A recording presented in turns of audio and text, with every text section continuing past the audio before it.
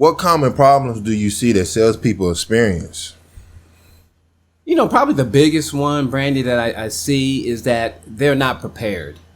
We have a saying that I always had was the level of your success will be determined by the level of your preparation. And as a salesperson, fear comes into you when you're not prepared. Right. When you don't have an idea what your product does or how it can help your customer, and you don't have a process in place, or the company you're working for doesn't have a process in place, you're just out there running around, right, aimlessly. Yeah. And when a consumer comes up to want to ask you about your product and you do not have, and you can't answer the basic questions, that's a problem. Oh yeah. And not only is it a problem for you, it's a problem for the customer, and then it's going to be a problem for your company, because they're going to see that you're not adding value to what they're trying to do. Now, granted, you need to be trained and coached. You need to understand that you need to practice. I don't think sales reps practice enough. You can't practice when the customer shows up. Okay, right. It's game time. Right. As we say, it's get you ready on time. Right. You need to be in the moment.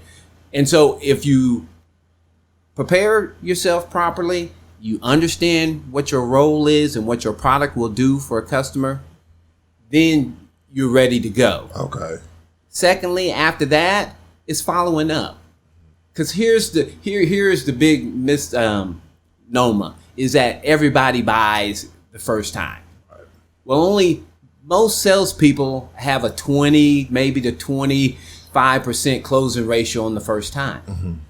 It's the follow-up that generates most of your traffic. It's the follow-up that will generate most of your sales.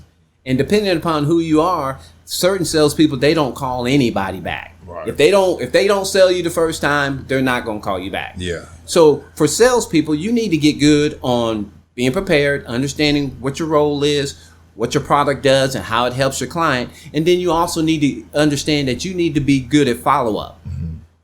When I first started selling, I wasn't a closer, just like they said. Yeah. So I didn't close everybody, but I got enough people back in the doorway after they left because I followed up on them. I had a system on how to follow up on them. Back in the day, there wasn't computers. When I was selling, we had a cardboard box, and we had names and numbers in there, and that was your follow-up system. But it was efficient enough to where I was contacting people back. And typically, when you call somebody back and you're having a conversation with them the second time, you're getting closer to the sale. Okay. Because they will generally not talk to you. Yeah. And so if you don't get them the first time, which is typical, and most salespeople, that's where they get kind of discouraged, because like, oh, I'm not closing everybody. Well, nobody is. Because there's a 20 to 25% average across the board on first-time customers coming in the doorway.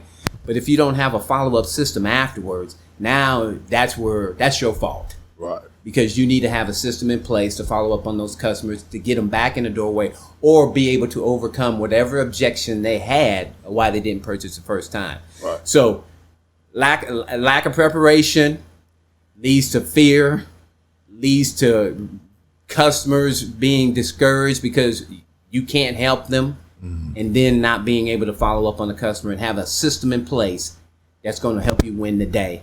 And once again, you got to have a great management team to help you with those type of things, or you need to be very self-sufficient and figure out what else you need to do to be successful. Yeah.